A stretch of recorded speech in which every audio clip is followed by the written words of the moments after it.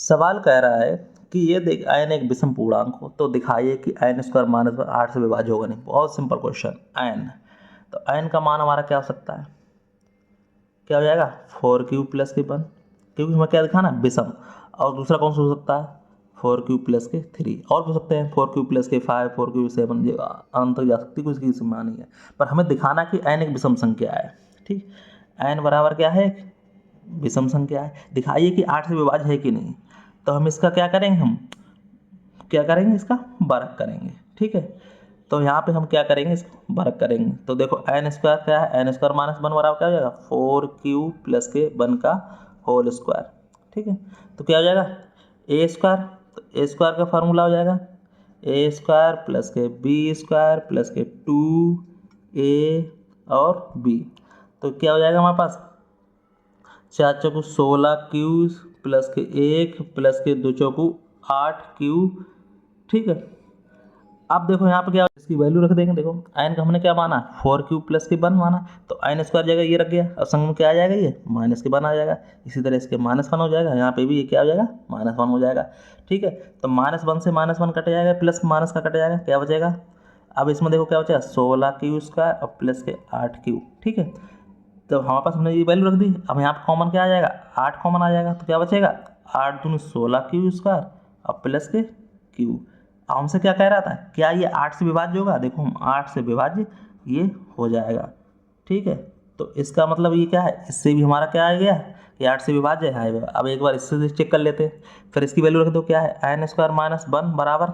अब n की value हमारे पास क्या मानी है, देखो इधर क्या मानी 4 क्यूब प्लस के 1 मानी, इसमें क्या मानी 4 क्यूब प्लस के 3। तो लिखो 4 क्यूब प्लस के 3 का होल स्क्वायर माइनस के 1, तो रख दो।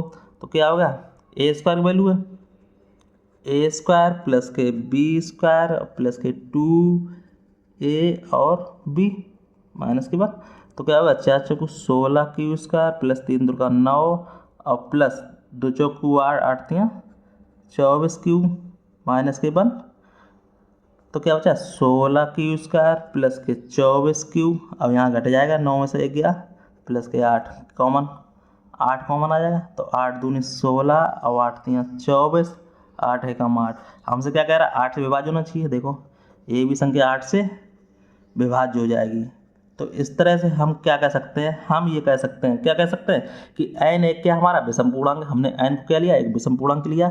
अब दिखाइए कि n स्क्वायर माइनस 1 से, हाँ तो लिखिए क्या ले सकते हैं हम यहाँ पे लिख सकते हैं कि n स्क्वायर माइनस 1 है जो क्या है 8 से विभाज्य है। तो इस तरह से हम इसको सिद्ध कर सकते हैं, यही आंसर हो गया। ठीक है, कोई भी डाउट हो कमेंट में पूछ सकते हैं। चलिए नेक्स्ट क्वेश्चन हमसे क्या कह रहा है, कह रहे हैं कि n के किस मान के लिए 2n 5n के प्रसार का अंत 5 पर होगा। जरा देखो यहाँ क्या दिए गए 2n गुणे 5n, इनको सीधे से लिख लो।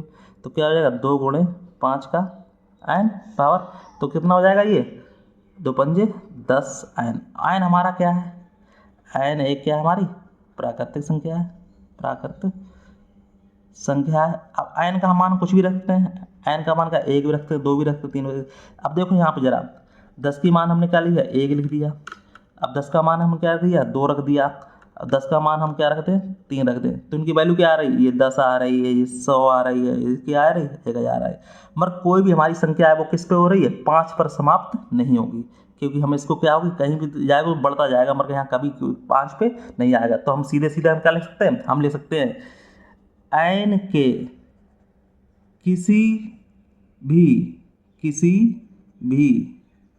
मान के लिए 2n गुणे 5n के प्रसार का क्या है अंत किस पे नहीं होगा 5 पर नहीं होगा, 5 पर क्या होगा समाप्त नहीं होगा, समाप्त नहीं होगा। तो इस तरह से हम सवाल कर सकते हैं। कोई भी डाउट हो कमेंट में पूछ सकते हैं। फिर मिलते हैं नेक्स्ट वीडियो, तब तक धन्यवाद। वीडियो अच्छा लगा वीडियो को लाइक शेयर जरूर करें।